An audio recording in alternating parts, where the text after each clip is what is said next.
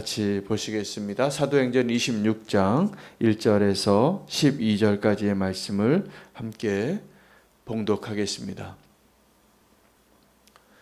아그리빠가 바울에게 이르되 너를 위하여 말하기를 내게 허락하노라 하니 이에 바울이 손을 들어 변명하되 아그리빠 왕이여 유대인이 고발하는 모든 일을 오늘 당신 앞에서 변명하게 된 것을 다행히 여기나이다. 특히 당신이 유대인의 모든 풍속과 문제를 아심이니이다. 그러므로 내 말을 너그러이 들으시기를 바라나이다. 내가 처음부터 내 민족과 더불어 예루살렘에서 젊었을 때 생활한 상황을 유대인이 다 아는 바라. 일찍부터 나를 알았으니 그들이 증언하려 하면 내가 우리 종교의 가장 엄한 팔을 따라 바리새인의 생활을 하였다고 할 것이라. 이제도 여기 서서 신문 받는 것은 하나님이 우리 조상에게 약속하신 것을 바라는 까닭이니 이 약속은 우리 12지파가 밤낮으로 간절히 하나님을 받들어 섬김으로 얻기를 바라는 바인데 아그리빠 왕이여 이 소망으로 말미암아 내가 유대인들에게 고소를 당하는 것이니이다. 당신들은 하나님이 죽은 사람을 살리심을 어찌하여 못 믿을 것으로 여기나이까. 나도 나사렛 예수의 이름을 대적하여 많은 일을 행하여야 될 줄 스스로 생각하고 예루살렘에서 이런 일을 행하여 대제사장들에게서 권한을 받아가지고 많은 성도를 옥에 가두며 또 죽일 때에 내가 찬성 투표를 하였고 또 모든 회당에서 여러 번 형벌하여 강제로 모독하는 말을 하게 하고 그들에 대하여 심히 격분하여 외국 성에까지 가서 박해하였고 그 일로 대제사장들의 권한과 위임을 받고 다메섹으로 갔나이다. 아멘. 하나님의 말씀입니다. 바울은 놀랍게도 자기 자신을 변호하는 것이 아니라 예수님에 대해서 변호하려고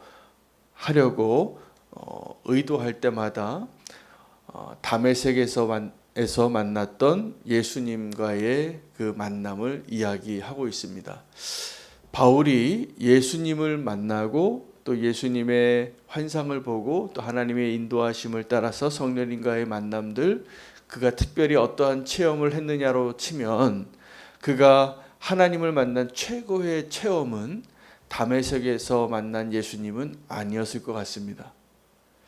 갈라디아서에서의 고백을 보면 그가 너무나 많은 체험과 환상을 보았고 3층천까지 갔다 왔다. 만약에 이 사람들에게 예수님에 대해서 알려주고 싶다면 내가 만났던 가장 황홀한 경험들, 당신들은 도저히 알 수 없는 그런 하늘나라에 갔다 온 이야기를 해야 되지 않겠습니까? 그런 간증들 하시잖아요. 내가 갔다 온 천국, 내가 본 천국. 그러한 천국의 이야기를 하는 것이 더 그들에게 매력적이고 설득력이 있을 텐데 바울은 예수 그리스도를 증언하기 위하여 자기 자신이 아니라 예수 그리스도를 증언하기 위하여 몇 번을 이 사도행전에만 이 다메섹 도상에서의 만남이 3번을 언급합니다. 풀 스토리로 그가 어떻게 어떠한 모습으로 어떠한 열정으로 다메섹으로 갔는지 그리고 그가 그곳에서 어떠한 경험을 했고 어떤 소리가 들렸고 어떤 빛을 보았고 그리고 어떤 음성을 들었는지를 똑같이 이야기합니다. 성경에 같은 이야기가 반복이 될 때가 많거든요. 따옴표 같이 요 사건과 이야기를 그대로 또 다른 사람이 아니면 자기 자신이 반복할 때입니다. 근데 바울에게 있어서 이 다메섹에서의 만남은 왜 그렇게 소중했을까? 바로 그 다메섹에서의 만남의 이야기에는 바울의 이전의 이름은 사울이었는데 그 사울이라는 사람의 이전 사람의 모습과 그리고 예수님을 만나고 전혀 다른 사람이 되어진 그 모습이 함께 존재하는 장소이기 때문입니다. 그 다메섹으로 가던 사울을 한번 상상해 보십시오. 예수님을 박해하기 위하여 그 자기의 열심과 열정으로 최고의 클라이막스에 있었던 순간이었습니다. 그는 어떤 확신에 찼습니다. 저 예수 믿는 사람들은 죽어 마땅해. 저 스데반이 죽는 것은 마땅해. 그리고 저런 이야기는 더 이상 퍼뜨리지 말게 해야 돼. 전염병과 같은 자들이야. 저들은 이 땅에서 없애야 돼. 이 확신을 가지고 다메섹으로 달려가고 있었습니다. 요나가 니느웨로 가던 그 모습과 이 사울이라는 사람이 다메섹으로 가고 있던 모습은 하나는 공통점이 있습니다. 하나님이 원하시는 방향이 아니라 정반대로 달려가고 있다는 것. 그렇죠? 요나는 다시스로 달려갔고요. 니느웨로 가라고 했는데, 그래서 나중에 물고기가 먹어서 그를 삼켜서 다시 토해내서 니느웨에서 다시 말하게 됐는데, 그의 사명을 감당하게 됐는데, 이 사울은 다메섹으로 갈 때 그냥 도망가는 자의 모습이 아니라 자기 확신에 차서 예수를 믿는 사람들을 죽이려고, 예수를 박해하려고 가고 있었던 중에 예수님이 그를 만나준 것입니다. 여러분 한번 오늘 이 시간에 생각해 보시기 바랍니다. 여러분이 만났던 예수 그리스도와의 첫 번째 만남의 장소는 어디였습니까? 우리가 예수님을 만나던 그 장소, 예수님을 만났을 때 우리의 상황이 항상 우리의 최고의 모습은 아니었을 겁니다. 베드로는 그 12 제자들은 그냥 그들이 일상을 살아갈 때 예수님이 그들의 자리에 찾아오셔서 그들을 불렀습니다. 선택받은 거죠. 너희는 나를 따르라. 근데 그 평범한 사람들이 예수님을 정말 소망으로 따랐습니다. 이 정도 되면 그래도 낫습니다. 여러분, 어떤 집에 방문하려고 하면 그래도 예고해주고 가야 됩니다. 갑자기 불쑥 찾아들면 어떻습니까? 정리되지 않은 내 모습을 그대로 다 보여주어야 하기 때문입니다. 가끔 제가 신방할 때마다 듣는 얘기가 있습니다. 신방하느라고 아주 오래간만에 청소를 하셨다는 거예요. 먼지까지 다 털고. 그 손님 한 번 온다고. 근데 우리가 예수님을 만날 때 어떤 것이 가장 큰 축복이냐 하면, 내가 예수님 만날 때 부끄럽지 않은 모습으로 있을 때 주님을 만나는 것일 것입니다. 내가 한눈 팔고 있을 때, 내가 딴짓하고 있을 때, 내 마음에 다른 소망으로 가득하고 있을 때, 심지어는 오늘 이 사울이라는 청년처럼 정반대 방향으로 달려가고 있을 때 예수님 만나고 싶은 사람 아무도 없습니다. 그렇죠? 우리가 주님 만나러 주일날 올 때 그래도 우리가 우리의 마음가짐을 가장 온전한 모습으로 주님을 만나고 싶어서 요즘은 좀 편안하게 주님을 만나러 오지만, 전통적으로 우리가 예배드리러 올 때 그래도 가장 단정하고 주님을 만나는데 몸과 마음을 가장 준비한 마음으로 나아가잖아요. 우리 예배의 순서 가운데 왜 참회의 기도의 시간이 가장 먼저 있습니까? 주님 만나는 거 마음을 준비하시라는 거예요. 그렇죠? 그래서 내 마음 안에 주님 앞에 부끄러운 거 용서받고 해결되어야 할 모든 문제들을 다 해결하고 회개하고 참회하고 주님을 만나는 것이 축복이기 때문입니다. 그런데 이 사울에게 있어서는 이 다메섹이라는 장소는 자기가 깨어진 자리예요. 여러분, 그래서 어떤 자리에서 주님을 만났든지 상관이 없을 것 같습니다. 다 은혜입니다. 바울은 자기가 그 다메섹 도상으로 가는 그 길에서 만난 예수님을 증거하는 것이 가장 완벽한 복음을 증거하는 내용이 됐어요. 왜냐하면 자기 자신이 변해했기 때문입니다. 바울은, 그 사울이라는 청년은 이 다메섹 도상에 가는 그 순간은 예수님을 만나기 위해서 잘 준비하고 단장한 모습으로, 회개한 모습으로 주님을 만난 것이 아니라 주님을 핍박하고 박해하고 가장 부끄러운 자리에서 주님을 만난 것이었습니다. 아마 그 경험 때문에 그는 남은 인생을 주님을 위하여 더 그 열심으로 동일하게 달려가지 않았을까 생각이 됩니다. 여러분의 그 첫 번째 주님과의 만남의 순간이 언제였을지 모르지만, 저에게는 제가 이 사울처럼, 이 바울처럼 내가 예수 그리스도에 대해서 증거할 수 있는 그 삶을 소개할 때 가장 많이 소개했던 저의 다메섹이 있습니다. 저는 대학교 3학년 때 주님을 그렇게 만났습니다. 제가 저희 부모님이 믿음의 사람이셨고 어렸을 때부터 모태신앙으로 주일 성수를 안 해본 적이 없습니다. 물론 거기에는 다른 이유가 있었습니다. 아버지가 용돈을 꼭 11시 예배가 끝나면 주시는 거예요. 그래서 그 용돈을 좀 받으려면 꼭 반드시 예배를 드려야만 했어요. 근데 저는 그렇게 용돈 받기 위해서 예배를 참석한 것이 아니라 정말로 주님을 사랑하는 마음으로, 그리고 예수님 믿는 그 모습이 나의 삶의 모습이었기 때문에 그렇게 교회를 열심히 다니는 청년이었는데, 대학교 들어가고 나서 저의 방황이 시작이 됐습니다. 그래서 저는 대학교 들어가자마자 주님을 떠났어요. 그냥 교회 출석은 했지만, 지금 우리는 교회 청년들 중에서도 그런 청년이 혹시 있을까 봐 저는 기도해요. 저같지 않게 되기를. 교회는 출석을 했는데 저는 그 세상에 나가서 세상에서의 즐거움에 푹 빠져서 지냈습니다. 많은 죄를 짓고 주님 마음 아프게 하는 일들을 많이 했어요. 그렇게 한 3년을 산 것 같습니다. 그렇게 살다가 어느 날 친하지도 않은 친구가 전도지를 저에게 주는 거예요. 자기네 교회에서 새생명 축제 같은 축제를 했나 봅니다. 여러분, 그래서 제가요, 우리 교회에서도 이 새생명 축제를 하고 이렇게 전도하는 기회가 있을 때 하나님은 그것을 도구로 사용해서 누구의 인생을 바꿀지 모릅니다. 근데 그 전도지를 하나 받고, 조그만 사탕 하나 달려있는 전도지였어요. 근데 그거 하나 받고 기분이 나빴어요. 저는 그렇게 방탕하고 타락한 삶을 살고 주님을 떠나서 죄짓고 살고 있으면서도 네가 누군데 뭔데 나한테 예수님을 믿으라고 하냐고. 나 교회 잘 다닌다고. 죄인이 그런 얘기를 합니다. 그런 생각을 합니다.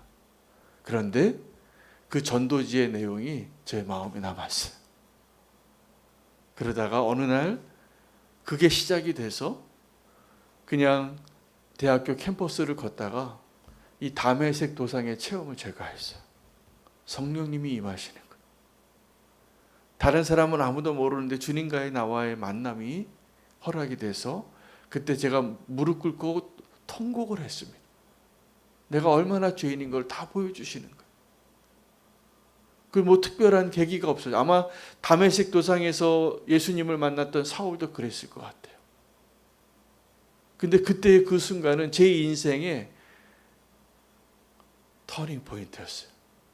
그래서 제가 그때 주님을 만나고 그 전에 그렇게 주님을 떠나서 내가 꿈꾸던 삶을 생각해 보니까 정말 아무것도 아니더라고요. 그리고 그것들을 그 순간에 그 청년이 뭐 알겠어요. 근데 그때 주님 앞에 고백을 했어요. 주님, 제가 오늘 이 시간 이후로는 제 인생은 제 게 아닙니다. 그래서 주님을 위해서 살겠습니다. 그리고 인생의 방향이 바뀌었어요. 그 다음에도 제가 여러 굴곡이 있는 삶을 살고 하나님 마음 아프게 한 일도 많이 있었지만 그 경험을, 그 다메섹에서의 경험을 저는 잊을 수가 없어요. 제가 오늘 설교에서도 이야기하는 것처럼 그것이 하나님이 살아계심을, 하나님이 나를 사랑하심을, 하나님이 나를 찾아와서 만나주신 나에게 있어서는 내 인생이 그 순간 이전과 이후로 너무나 분명히 달라지는 그 경험이었기 때문입니다. 근데 어떤 분에게는 이런 경험이 없을 수도 있어요. 하나님의 은혜죠, 그것도. 다 그렇게 주님을 떠나서 저 반대편 낭떠러지에서 주님을 만날 필요는 없습니다. 예수님의 제자들처럼 일상을 살다가 주님을 만나서 주님이 나를 따르라 그러면 그렇게 주님을 만나는 것도 축복입니다. 중요한 것은 우리가 그 주님과의 그 만남을 정말 경험했다면 이제는 그 이후부터는 정말 주님이 원하시고 주님이 이끄시는 삶을 살아야 한다는 사실입니다. 성도님들 가운데에는 믿음의 충만함으로 살 때가 있고, 제가 보니까 영적인 깊은 침체를 경험하는 사망의 음침한 골짜기를 지나가는 분들도 계세요.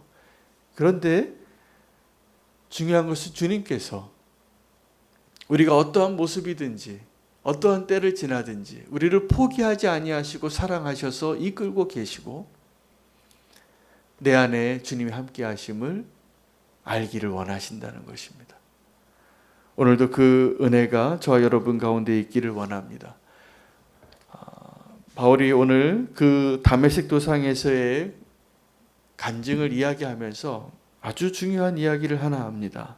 아그리빠 왕이요 7절입니다. 이 소망으로 말미암아 내가 유대인들에게 고소를 당하는 것이라. 이전에 바울에게 있어서의 그 소망은 그 율법을 지키는 자기 열심에 있었습니다. 내가 이렇게 주님을 사랑하는 것은 이 율법을 어기는 사람들은 다 죽여야 되는 그 열심으로 사는 것이 자기의 소망이었어요. 그런데 그 소망이 바뀝니다. 예수 그리스도로. 여러분, 우리의 소망이 무엇입니까? 아마 내가 나의 소망이 좀 아주 소박해서 그냥 어려움 없이 잘 사는 것이 소망인 분도 계세요. 그냥 염려 없이 하루하루를 살기를 원해요. 여러분, 이런 것은 소망이 아닙니다. 그냥 우리가 바라지 않아도 하나님이 다 주시고 싶으신 거예요. 안타까운 것은 우리의 소망이 때로는 하나님 보시기에는 너무나 아무것도 아닌 것들을 우리의 소망이라고 여기고 살아가기 때문입니다. 이전의 사울은 그의 소망이 무엇이냐 하면 이 율법을 향한 열심으로 하나님을 사랑하는 것을 증명해내는 것이 그의 소망이었어요.